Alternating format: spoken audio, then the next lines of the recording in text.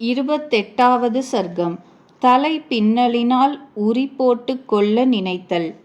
அந்த சீதை ராட்சசேந்திரனான ராவணனுடைய அசஹ்யமான அந்த சொல்லை கேட்டு வெறுத்து நொந்தவளாய் கானகத்தின் சிங்கத்தின் கையில் அகப்பட்ட நல்ல ஜாதி யானையின் பெண்குட்டி போல் நடுநடுங்கினாள்.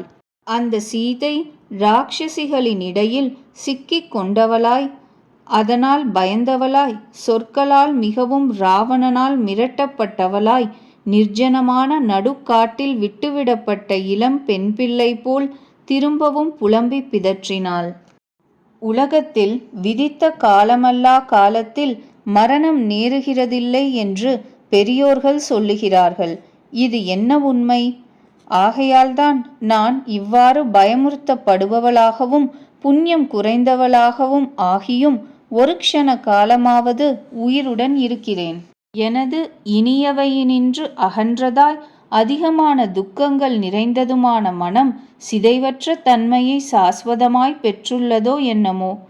ஏனோ இது இத்தன்மையான சமயத்திலும் பர்வதத்தின் வஜ்ராயுதத்தால் அடியுண்ட சிகரம் போல் 1000 சுக்களாக சிதறாமல் இருக்கிறது.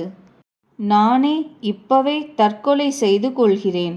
இவ்விஷயத்தில் இந்த எனக்கு தோஷம் என்பதே இல்லை. அசஹ்யமான உத்தேசம் கொண்ட இவனுடைய தீர்மானத்திற்கு நான் இடம் கொடுக்க பிராமணன் இருபிறப்பாளர் அல்லாதவனுக்கு வேதத்தை போல் கூடாது. லோகநாதராகிய அவர் இப்பவே வராமல் போனால் கருப்பையில் சிக்கின பிராணியின் துண்டமாக்கி வெளிப்படுத்தல் எப்படியோ அப்படியே. அபாத்திரனான ராட்சசேந்திரன் எனது அவயவங்களை கூரான கத்திகளால் சீக்கிரத்திலேயே துண்டிக்கப் போகிறான். ராஜத்ரோக நிமித்தமாய் கொலை தண்டனை விதிக்கப்பட்டு சிறைச்சாலையில் வைத்திருக்கப்பட்ட திருடனுக்கு ஓரிரவு கழித்தலில் எவ்வண்ணமோ அவ்வண்ணமே விசனத்தில் மூழ்கி கிடக்கிற எனக்கு 2 மாதங்களும் வெகு நீண்டதாய் காணப்போகின்றன. இது பெரும் கஷ்டம். ஹா ஸ்ரீராமா, ஹா லக்ஷ்மணா, ஹா சுமித்ரையே, என் விஷயத்தில் மகா கருணையோடு கூடிய ஹா ஸ்ரீராம மாதவா, இந்த நான் பெருங்கடலில் சுழல் காற்றினால் அடிபட்ட மரக்கலம் போல் பாகியம் குன்றியவளாய் அவதிப்படுகிறேன். 2 சிறந்த சிங்கங்கள் இடியால் எவ்வண்ணமோ அவ்வண்ணமே வலியரான அந்த சக்கரவர்த்தி திருக்குமாரர்கள் இருவரும் மானின் வடிவத்தை எடுத்து வந்த ராட்சச பிராணியால் எனக்காக அப்பவே முடிக்கப்பட்டிருக்க வேண்டும். அப்பொழுது அந்த யமன்தான் மான்வேடம் பூண்டு துர்பாகியமுடையவளான என்னை ஆசை காட்டி மயக்குவித்தான். ஆகையால்தான் லக்ஷ்மணருக்கு முன் பிறந்த என் பிராணநாதனையும் ஸ்ரீ ராமானுஜனையும் மூடையாகும் நான் பிரிய விடுத்தேன்.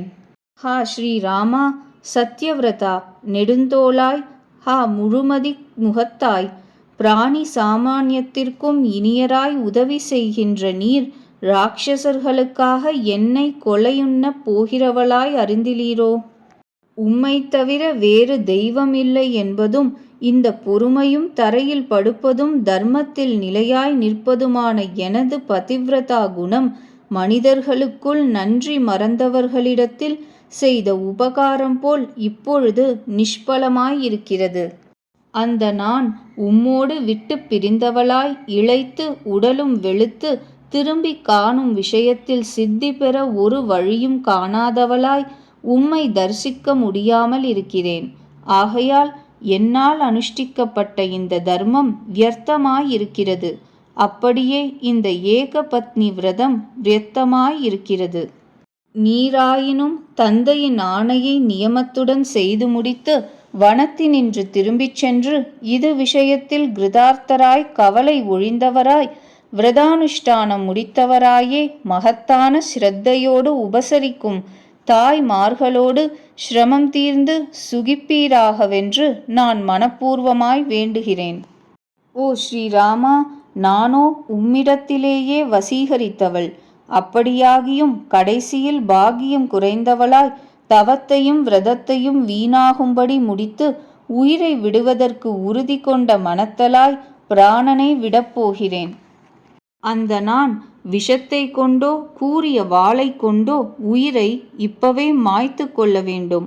ஆயினும் அரக்கனின் வீட்டில் விஷத்தையாவது வாளையாவது எனக்கு கொடுத்து உதவி புரிபவன் ஒருவனும் இல்லையே.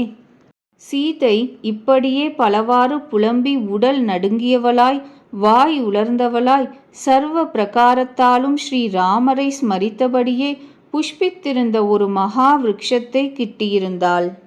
இப்படியெல்லாம் பலவாறு சிந்தித்து சோகத்தால் மிகவும் தவிக்கின்ற சீதா பிராட்டி தலை பின்னலை கையில் பிடித்துக்கொண்டு, நான் பின்னலை கொண்டு பந்தித்து இக்கணமே யமனுடைய ராஜதானிக்கு செல்வேனாக என்று மிருதுவான சகல அவயவங்களை உடைய அவள் அந்த மரத்தின் கிளையை பிடித்துக்கொண்டு நின்றாள். இத்தருணத்தில் ஸ்ரீராமரையும் ஸ்ரீராமானுஜனையும் தனது உயிர் பிறப்பையும் நினைத்து நினைத்து ஆலோசனையில் இருக்கின்ற சர்வ மங்கள விக்கிரகையான அவளுக்கு சோகத்திற்கு காரணமாகாதனவும் அவ்வாறே மனோதைரியத்தை உண்டு பண்ணும் அவைகளானவும் இதற்கு முன்னமேயே நல்ல பயன்களை கொடுப்பவைகளாய் உலகத்தில் பிரசித்தியாய் தெரிந்துள்ள பல நற்சகுனங்கள் உண்டாயின. 28வது சர்க்கம் முற்றிற்று.